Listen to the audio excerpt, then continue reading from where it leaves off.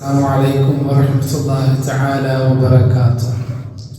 الحمد لله الملك الديان، أحمده على الخير والإحسان، وأشهد أن لا إله إلا الله وحده لا شريك له، وأشهد أن سيدنا محمدا عبده ورسوله، وصلى الله وسلم على سيدنا محمد وعلى آله وأصحابه أهل العرفان.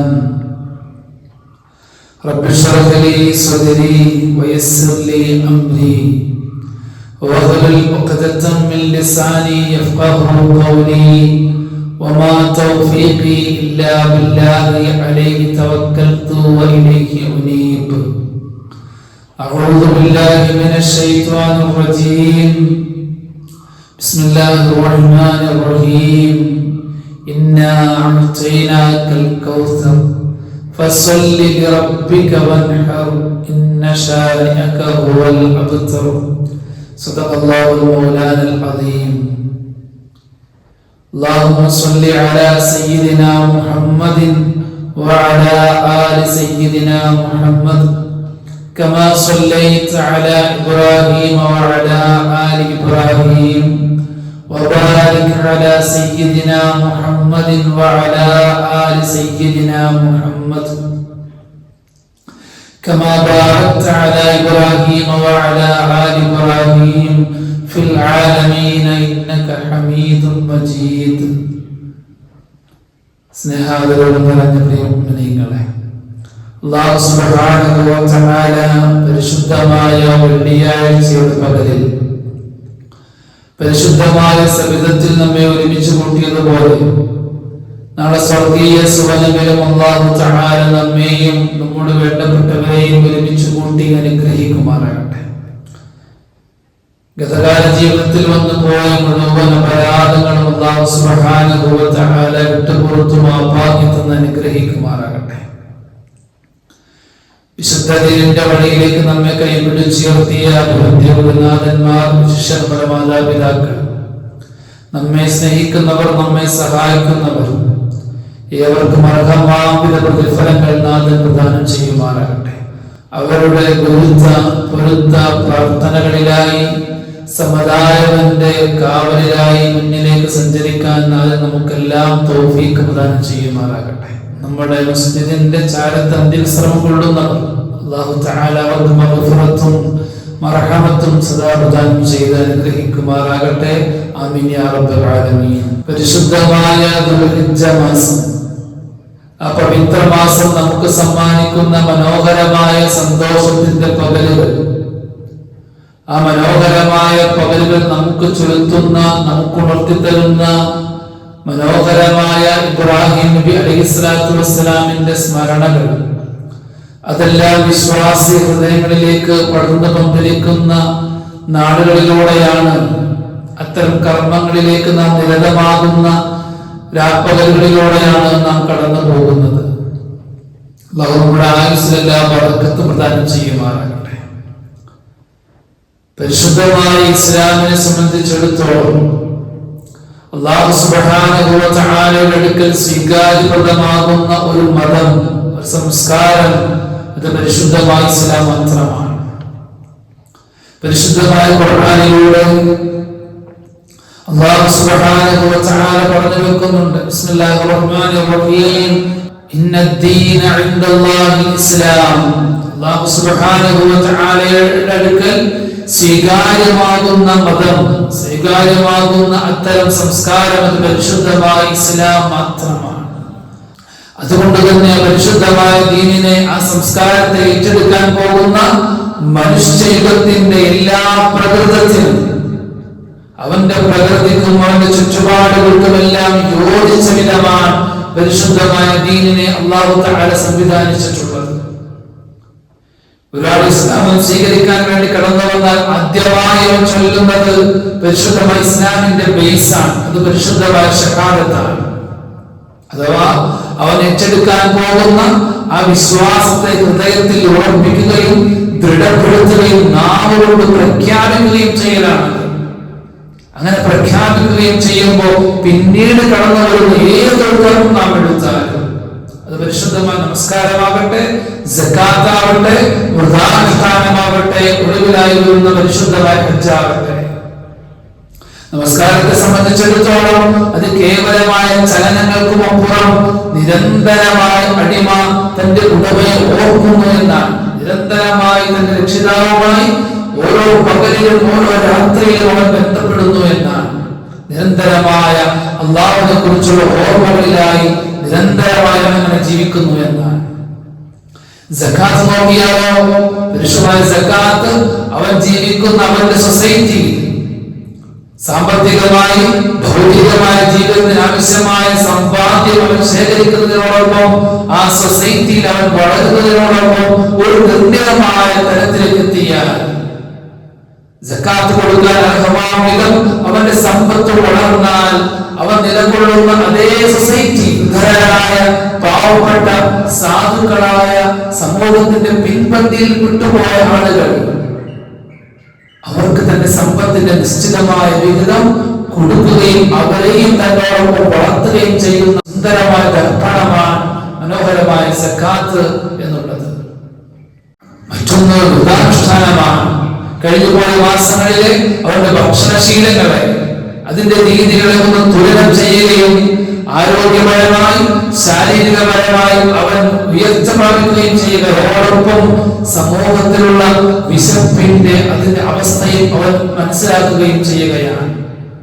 ഒരേ സമയം സമൂഹത്തിന്റെ ആ വിശപ്പിന്റെ വേദനയെ തിരിച്ചറിയുകയും ശാരീരികവും മാനസികവും ആരോഗ്യപരവും അതിനോടൊപ്പം ആത്മീയവുമായി ഉന്നതി പ്രാപിക്കുകയും ചെയ്യുകയാണ് പരിശുദ്ധമായ വ്രതാനുഷ്ഠാനത്തിലൂടെ. ഒടുവിലായി കടന്നു വരുന്ന പരിശുദ്ധമായ ഹജ്ജാവട്ടെ, സാഹചര്യങ്ങൾ അവനെ അനുവദിക്കുന്നുണ്ട് എങ്കിൽ പരിശുദ്ധമായ മാസം അല്ലാഹുവിന്റെ പരിശുദ്ധമായ മക്കത്തുൽ മുക്കറമയിലേക്ക് ഹജ്ജ് കർമ്മത്തിനായുള്ള അവന്റെ യാത്രയും അതുമായി ബന്ധപ്പെട്ട പ്രവർത്തനങ്ങളുമാണ്, അതുമായി ബന്ധപ്പെട്ട ആരാധനാ കർമ്മങ്ങളുമാണ്. അത് മനോഹരമായ യാത്രയാണ്. യാത്രയെ കുറിച്ച് നമുക്കറിയാമല്ലോ. ഏതൊരു യാത്രയും മനോഹരമായ അനുഭവങ്ങൾ, മനോഹരമായ കാഴ്ചകൾ, മനോഹരമായ രീതികൾ നാം മനസ്സിലാക്കാനും പഠിക്കാനും അതോടൊപ്പം നമുക്ക് മാനസികമായിട്ടുള്ള എല്ലാ ഉത്സാഹവും ഉന്മേഷവും ലഭിക്കാൻ യാത്ര എപ്പോഴും നല്ലതാണ്. അങ്ങനെയുള്ള യാത്ര അല്ലാഹുവിന് വേണ്ടി, അവന്റെ നാടിന് വേണ്ടി അവന്റെ ശരീരവും സമ്പത്തും സമയവും സമർപ്പിച്ചുകൊണ്ടുള്ള മനോഹരമായ യാത്രയാണെങ്കിലോ ആ യാത്ര ചെയ്യുന്നതോ പരിശുദ്ധമായ മക്കത്തുൽ മുക്കറമയിലേക്കാണ്. ചരിത്രമുറങ്ങുന്ന സുന്ദരമായ അനുഗ്രഹീതമായ ഭൂമിയാണത്. അപ്പോൾ എത്രയോ മധുരമാണ്, എത്രയോ മനോഹരമാണ് യാത്ര. ഇവിടെ കാണുന്ന ഓരോ കാഴ്ചകളും മനോഹരമായ അനുഭവമാണ് സമ്മാനിക്കും. അങ്ങനെ ചരിത്രങ്ങളെ ഓർത്തെടുത്തുകൊണ്ട്, ചരിത്രങ്ങളെ സ്മരിച്ചുകൊണ്ട് മനോഹരമായ പരിശുദ്ധമായ പുണ്യഭൂമിയിലൂടെ അങ്ങനെ സഞ്ചരിക്കുകയാണ് ഒരു കർമ്മത്തിൽ നിന്ന് മറ്റൊരു കർമ്മത്തിലേക്ക്. ഒടുവിലായി ലോകത്തിന്റെ അഷ്ടദിക്കുകളിൽ നിന്നും, ലോകത്തിന്റെ നാനാഭാഗങ്ങളിൽ നിന്നും അവനെ പോലെ ഒരൊറ്റ ലക്ഷ്യമായി, ഒരൊറ്റ ചിന്തയിലായി തന്റെ നാഥനുവിന്റെ സമർപ്പണം നടത്താനായി തൽബിയത്തിന്റെ മന്ത്രങ്ങളുമായി ലക്ഷക്കണക്കിന് ആളുകൾ അപരിശുദ്ധമായ മണ്ണിലേക്ക് തന്നെ വന്നു ചേരുകയും ചെയ്യും. അങ്ങനെ വന്നു ചേരുമ്പോൾ ആ ലക്ഷക്കണക്കിന് ആളുകളിൽ ഒരാളായി അവൻ മാറുകയും ഒരു കർമ്മത്തിൽ നിന്ന് മറ്റൊരു കർമ്മത്തിലേക്ക് മനോഹരമായി അങ്ങനെ സഞ്ചരിക്കും.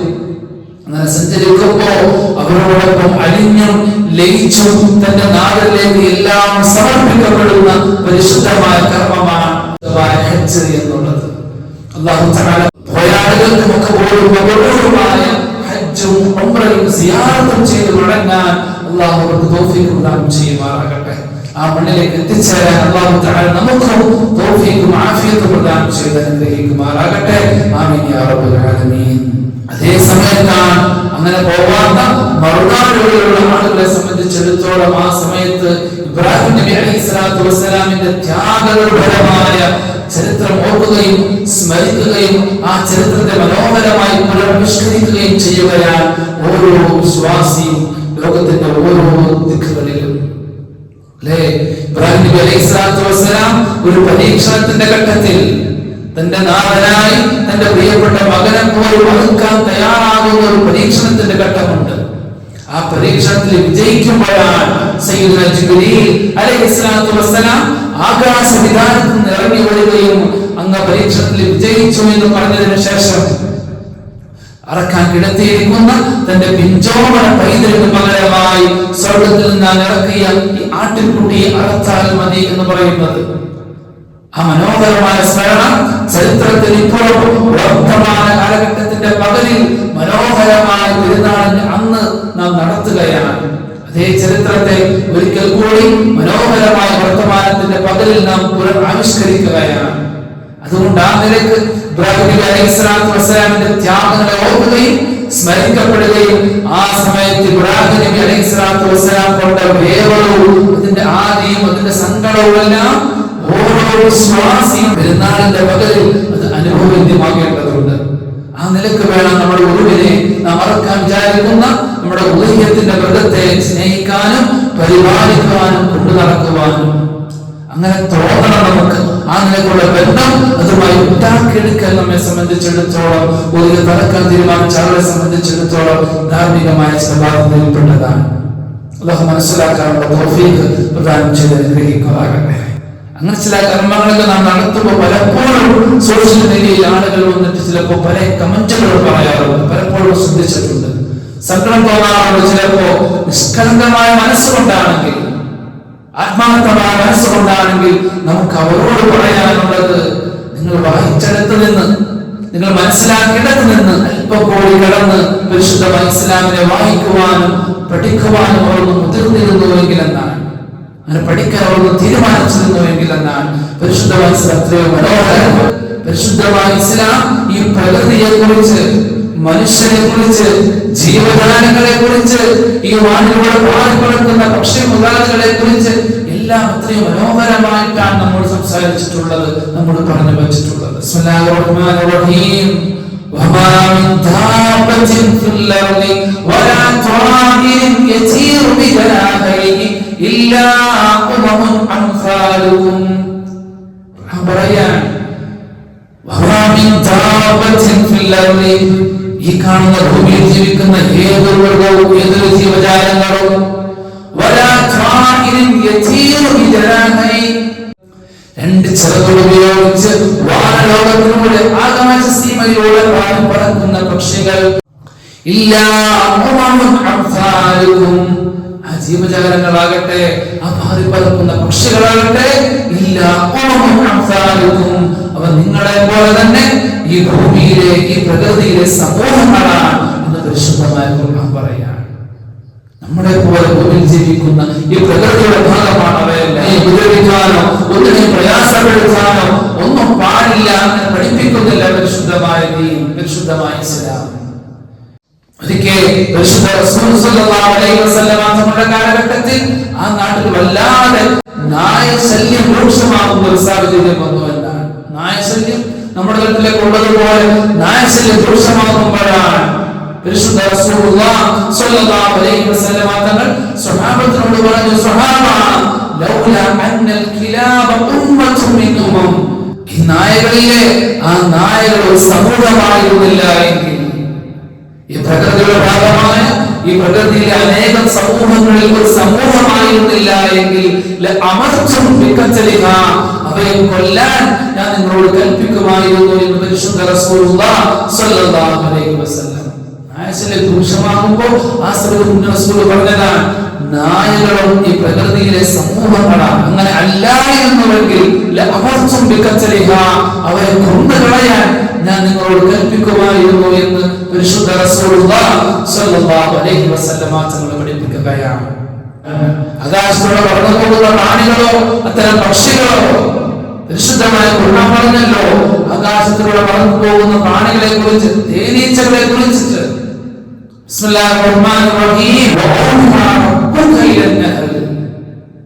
നബിയെ, അങ്ങയുടെ രക്ഷിതാവ് തേനീച്ചകൾക്ക് വഹി കൊടുക്കുന്നു എന്നാണ് ഖുർആൻ. അങ്ങനെയാണ് പറഞ്ഞത്, തേനീച്ചകൾക്ക് അല്ലാഹു വഹി കൊടുക്കുന്നു എന്നാണ്.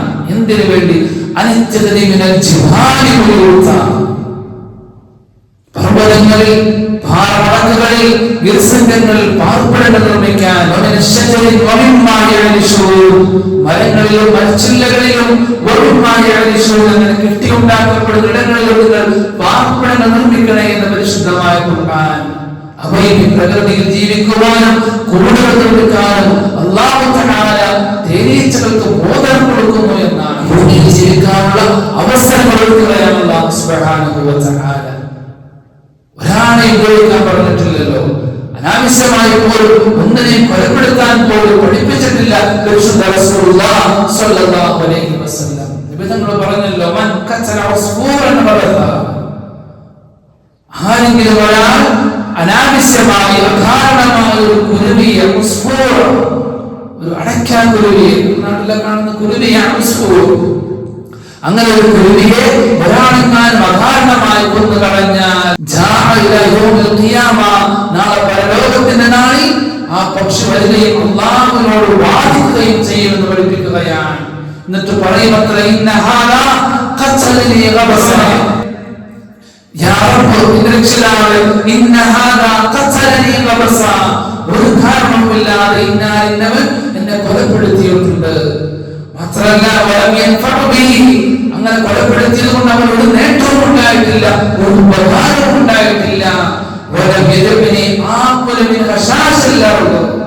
ഭൂമിയിലെ പ്രാണികളെ, അത്തരം ജീവജാലങ്ങളെ ഭക്ഷിക്കുവാനും വിശപ്പടക്കുവാനും ഇവരെന്നെ അനുവദിച്ചിരുന്നില്ല.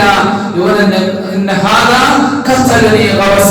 ഒരു കാര്യവുമില്ലാതെ ഇവരെന്നെ കൊന്നു കളഞ്ഞു എന്ന് നാളെ പരലോകത്തിന്റെ നാളിൽ, വിധിനിർണയത്തിന്റെ നാളിൽ, നന്മയും തിന്മയും കൂട്ടപ്പെടുന്ന നാളിൽ അല്ലാഹുവിന്റെ സമക്ഷത്ത് ആ മനുഷ്യനെതിരായി ആ കുരുവി സംസാരിക്കുമെന്ന് അഷ്റഫുൽ ഖൽഖ് റസൂലുള്ളാഹി സ്വല്ലല്ലാഹു അലൈഹി വസല്ലം. ഒന്നിനെയും അനാവശ്യമായി കൊലപ്പെടുത്താൻ, ഉപദ്രവിക്കാൻ, വേദനിപ്പിക്കാൻ പോലും പഠിപ്പിക്കുന്നില്ല, പ്രയാസപ്പെടുത്താൻ പോലും പഠിപ്പിക്കുന്നില്ലല്ലോ പരിശുദ്ധമായ ദീൻ. ഒരിക്കൽ പരിശുദ്ധ റസൂലുള്ളാഹി സ്വല്ലല്ലാഹു അലൈഹി വസല്ലം തങ്ങൾ ഉറങ്ങിക്കിടക്കുമ്പോഴാണ് ആ പരിശുദ്ധമായ മേനിയോട്, ആ പരിശുദ്ധമായ ശരീരത്തോട് ചൂട് പിടിച്ചു കിടന്നുറങ്ങുന്നുണ്ട് ഒരു പൂച്ചക്കുഞ്ഞ്. ഒടുവിലായ നമസ്കാരത്തിന്റെ ആരാധനയുടെ സമയമാകുമ്പോൾ നബി സല്ലല്ലാഹു അലൈഹി വസല്ലം തങ്ങൾ എഴുന്നേൽക്കുമ്പോഴാണ് തന്റെ വസ്ത്രത്തിലായ ഒരു പൂച്ചക്കുഞ്ഞ് മനോഹരമായി കിടന്നുറങ്ങുന്നത് കാണുന്നത്. സല്ലല്ലാഹു അലൈഹി വസല്ലം ചരിത്രങ്ങൾ പോലും പകരം വെക്കാനില്ലാത്ത വിധം എത്രയോ മാതൃകായോഗ്യമായ പാഠങ്ങളാണ് അവിടെ നമുക്ക് പകർന്നു നൽകുന്നത്. സല്ലല്ലാഹു അലൈഹി വസല്ലം തങ്ങൾ ആ പൂച്ചയെ അവരെ എഴുന്നേൽപ്പിച്ച് വിട്ടില്ല എന്ന് മാത്രമല്ല, ആ പൂച്ചയെ പ്രയാസപ്പെടുത്തിയില്ല എന്ന് മാത്രമല്ല, അതിന്റെ ഉറക്കത്തിന് പോലും വിവരം വരാതെ തന്റെ വസ്ത്രത്തെ, അതിന്റെ ഒരു ഭാഗത്തെ സല്ലല്ലാഹു അലൈഹി വസല്ലം തങ്ങൾ മുറിച്ചു മാറ്റുകയും ശേഷിക്കുന്ന വസ്ത്രവുമായി നമസ്കാരത്തിന് വേണ്ടി, പ്രാർത്ഥനയ്ക്ക് വേണ്ടി പോവുകയും ചെയ്യുന്ന മനോഹരമായ ഒരു രംഗം പരിശുദ്ധമായ ചരിത്രത്തിൽ നമുക്ക് കാണാൻ കഴിയുന്നുണ്ട്. എത്രയോ മനോഹരമാണ്, എത്രയോ മാതൃകായോഗ്യമാണ് പരിശുദ്ധമായ ഇസ്ലാമിന്റെ മനോഹരമായ സമീപനങ്ങൾ. ഒരിക്കൽ നബി സല്ലല്ലാഹു അലൈഹി വസല്ലം തങ്ങളുടെ മുഖത്ത് പുഞ്ചിരി വിരിയുന്നത് കാണാൻ, അവിടുത്തെ മുഖം സന്തോഷിക്കുന്നത് കാണാൻ റസൂലുള്ളാഹി സമ്മാനവുമായി വരുന്നുണ്ട് ഒരു അനുയായി. ഇവിടുന്ന് കിട്ടിയ ഒരു പക്ഷിക്കുഞ്ഞുമായിട്ടാണ്, ഇവിടുന്ന് എടുത്തുകൊണ്ടുവന്ന ഒരു പക്ഷിക്കുഞ്ഞുമായിട്ടാണ് വരവ്. സ്വഹാബത്തിൽ ഇരിക്കുന്ന പുണ്യ റസൂലിന്റെ മുന്നിലേക്ക് അങ്ങനെ കാണിക്ക വെക്കുമ്പോ, ഇവരൊക്കെ സമർപ്പിക്കുമ്പോ, സ്വഹാബത്തിന്റെ കൗതുകത്തോടെ ആ പക്ഷിക്കുഞ്ഞിനെയും പുണ്യ റസൂലിനെയും നോക്കി നിൽക്കുമ്പോഴാണ് സ്വഹാബത്തിന്റെ ഇടയിൽ നിന്ന് പരിശുദ്ധ റസൂലുള്ളാഹി സ്വല്ലല്ലാഹു അലൈഹി വസല്ലം തങ്ങൾ വിതുമ്പി കരയുകയും നിശബ്ദമായ സദസ്സിലേക്ക് തങ്ങൾ ചോദിച്ചു, സ്വഹാബി, നീ അത് എടുത്തുകൊണ്ട് വരുമ്പോ അതിന്റെ അമ്മക്കിളി, അതിന്റെ തള്ളപക്ഷി എന്ത് ചെയ്യുകയാണ്? അനുയായി നബിയെ, ഞാൻ അതിനെ വാഞ്ചി എടുക്കുമ്പോ അതിന്റെ തള്ളപക്ഷി എന്ന തലക്ക് മുകളിലൂടെ ഒട്ടൊട്ട് പറക്കുന്നത് ഞാൻ കാണുന്നുണ്ട് നബിയെ എന്ന് പറഞ്ഞപ്പോ സല്ലല്ലാഹു അലൈഹി വസല്ലം തങ്ങൾ പറഞ്ഞു, ഒരു അമ്മയെയും ഒരു കുഞ്ഞിനെയും അതിനെ വേർപെടുത്താൻ, അതിനെ പ്രയാസപ്പെടുത്താൻ ഞാൻ ആഗ്രഹിക്കുന്നില്ല, അങ്ങനെ ഞാൻ സന്തോഷിക്കുന്നില്ല. അതിനേക്കാൾ എന്റെ സന്തോഷം എവിടെ നിന്നാണ് ഈ കുഞ്ഞിനെ എടുത്തുകൊണ്ടുവന്നത് അതേ പക്ഷിക്കുണ്ടിലേക്ക് അതിന്റെ അമ്മനെ കൊണ്ടുപോയി തിരികെ നൽകലാണ് ഞാൻ ഇഷ്ടപ്പെടുന്നത്. ഇതാണ് എനിക്ക് കരണീയം. പരിശുദ്ധ റസൂലുള്ളാഹി സ്വല്ലല്ലാഹു അലൈഹി വസല്ലം ഒരേ സമയത്ത് ശാസ്ത്രയും സ്നേഹിക്കുകയും ഭാരം പകർന്നു കൊടുക്കുകയും ചെയ്തു എന്നാണ്. ഇങ്ങനെയുള്ള മനോഹരമായ പാഠങ്ങളും കാഴ്ചപ്പാടുകളും വീക്ഷണങ്ങളുമാണ് പരിശുദ്ധമായ ഇസ്ലാമിനുള്ളത്. പിന്നെ ഉളുഹിയ്യത്തോ അത് പരിശുദ്ധമായ ദീനിന്റെ ആചാരമാണ്, അതിന്റെ വിശ്വാസത്തിന്റെ ഭാഗമായി ആരാധനയുടെ ഭാഗമായി നിർവഹിക്കുന്നതാണ്. അങ്ങനെയുള്ള ആരാധനയും അങ്ങനെയുള്ള സംസ്കാരവും വിശുദ്ധമായ ഇസ്ലാമിൽ മാത്രമല്ല, മറ്റുള്ള സംസ്കാരങ്ങളിലും മറ്റുള്ള വിശ്വാസങ്ങളിലൊക്കെ നമുക്ക് കാണാനും അറിയുവാനും സാധിക്കുന്നുണ്ട് എന്ന്. മനോഹരമായ നമ്മുടെ രാജ്യത്തെ നമ്മുടെ സംസ്കാരങ്ങളെ ശ്രീ വിവേകാനന്ദനോളം തൊട്ടറിഞ്ഞ മനസ്സിലാക്കിയ മറ്റൊരാളെ കണ്ടുപിടിക്കൽ പ്രയാസമാണ്. അദ്ദേഹത്തിന്റെ പ്രഭാഷണങ്ങൾ നാം വായിക്കുകയും നാം കേൾക്കുകയും ചെയ്യുന്നവരാണ്. അദ്ദേഹത്തിന്റെ വിവേകാനന്ദ സാഹിത്യ സർവസം എന്ന ഒരു പ്രഭാഷണത്തിന്റെ സമാഹാരമുണ്ട്.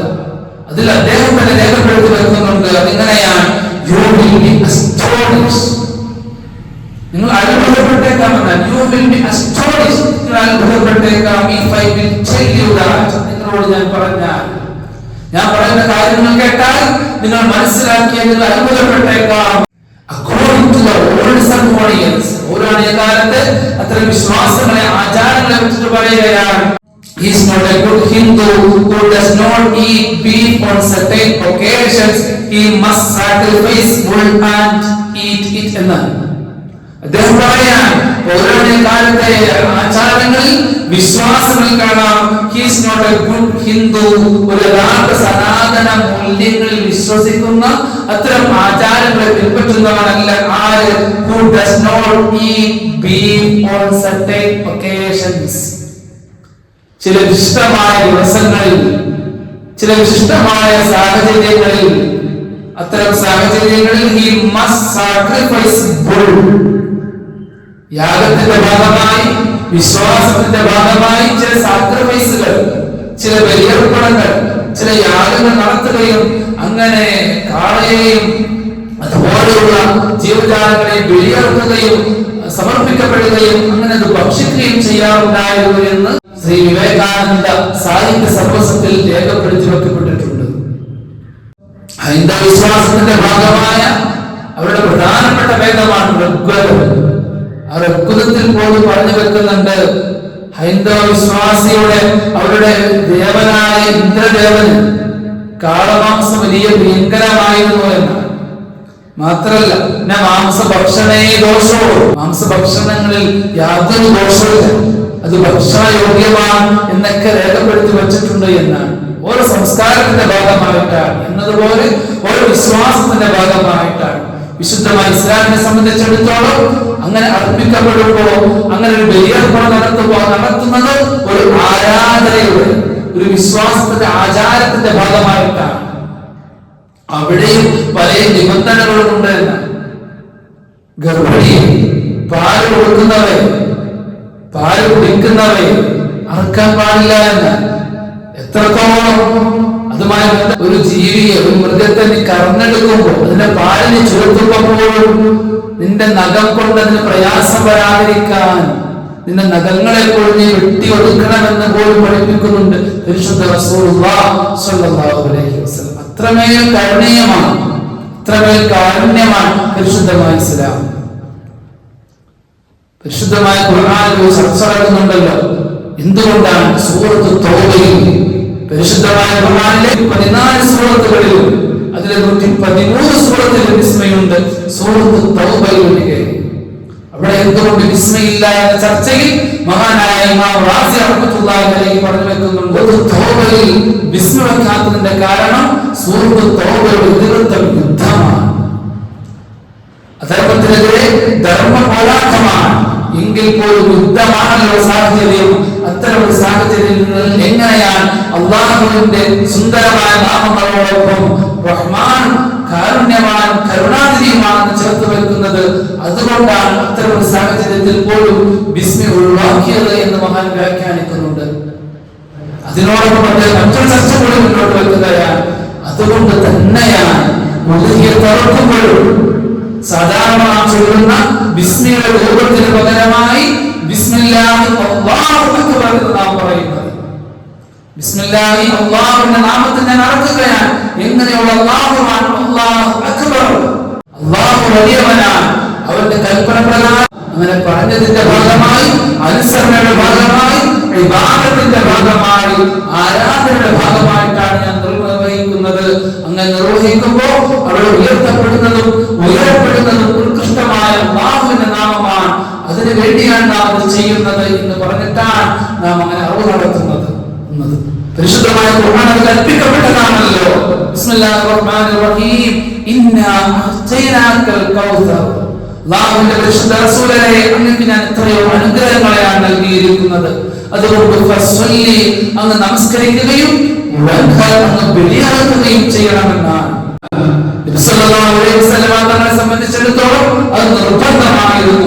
പക്ഷേ നമ്മെ സംബന്ധിച്ചിടത്തോളം, അത് പ്രത്യേകിച്ച് ശാഫി മദ്ഹബിനെ സംബന്ധിച്ചിടത്തോളം സുന്നത്തുൽ മുഅക്കദ, പ്രബലമായ ശക്തമായ സുന്നത്താണ്. അതുകൊണ്ട് തന്നെ അത്തരം സൽക്കർമ്മങ്ങളിലേക്ക് മുന്നിടുന്ന ആളുകളോട് സ്നേഹപൂർവ്വത്തോടെ പറയട്ടെ, അതെല്ലാം സൽക്കർമ്മമാണ്. അതിനെ പരിപാലിക്കുന്നതും അതിനെ കൊണ്ടു നടക്കുന്നതും അതിന് ഭക്ഷണം കൊടുക്കുന്നതും അതൊക്കെ ഏറെ പുണ്യകരമായ കാര്യമാണ്.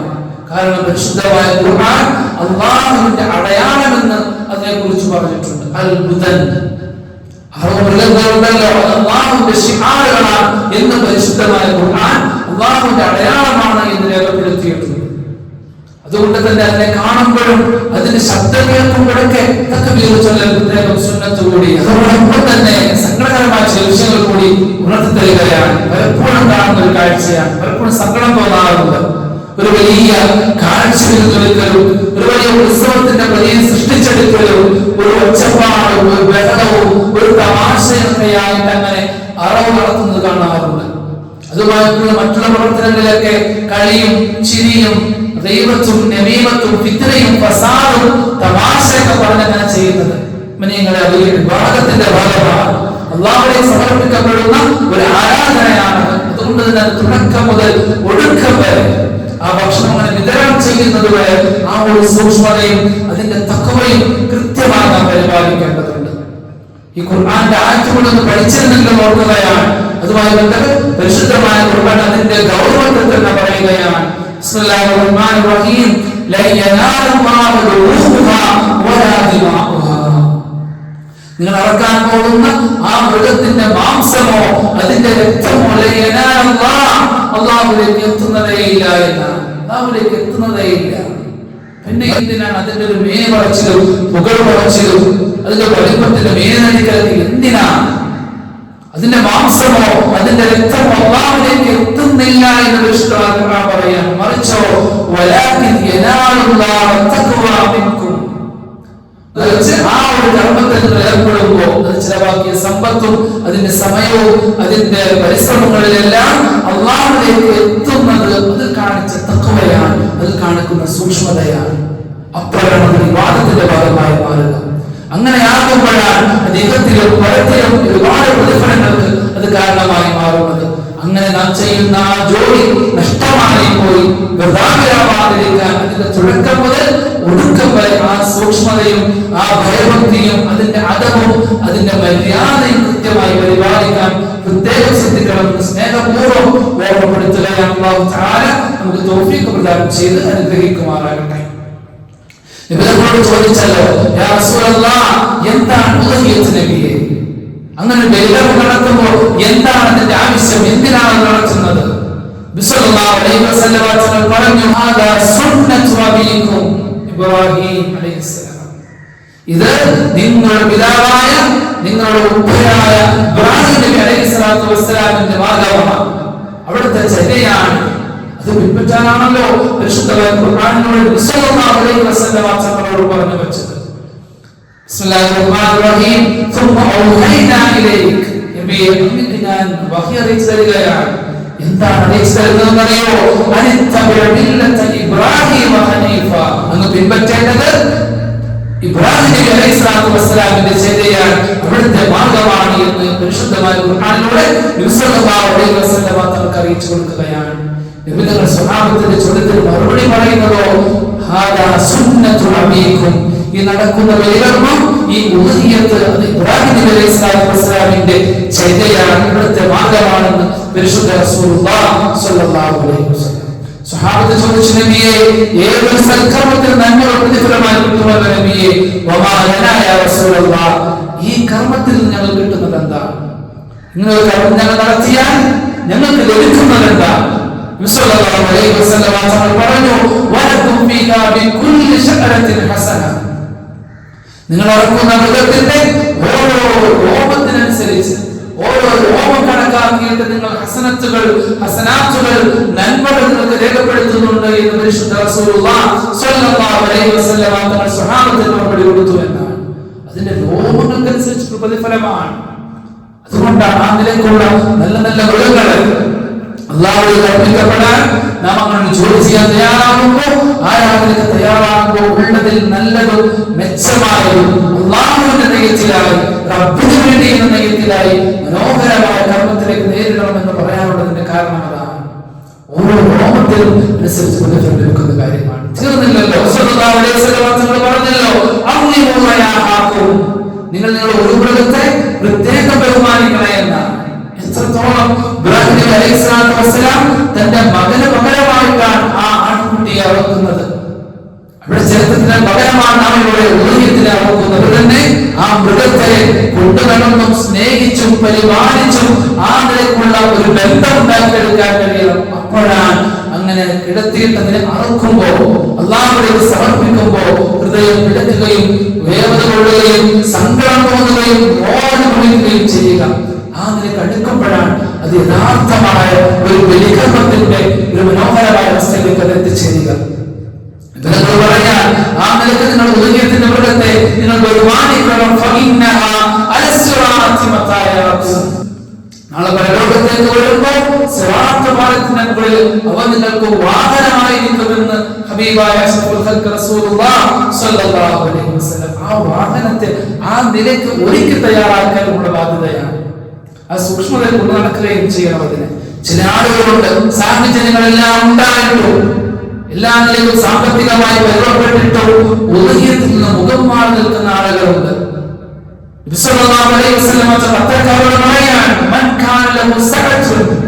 ഒരാൾക്ക് ഒതുങ്ങിയെടുക്കാനുള്ള സാഹചര്യമുണ്ട്, പക്ഷേ അവൻ ഒതുങ്ങിയെത്തറക്കുന്നുമില്ല എങ്കിൽ, സാഹചര്യങ്ങൾ ഉണ്ടായിട്ട് ഒതുങ്ങിയെത്തറക്കുന്നില്ല എങ്കിൽ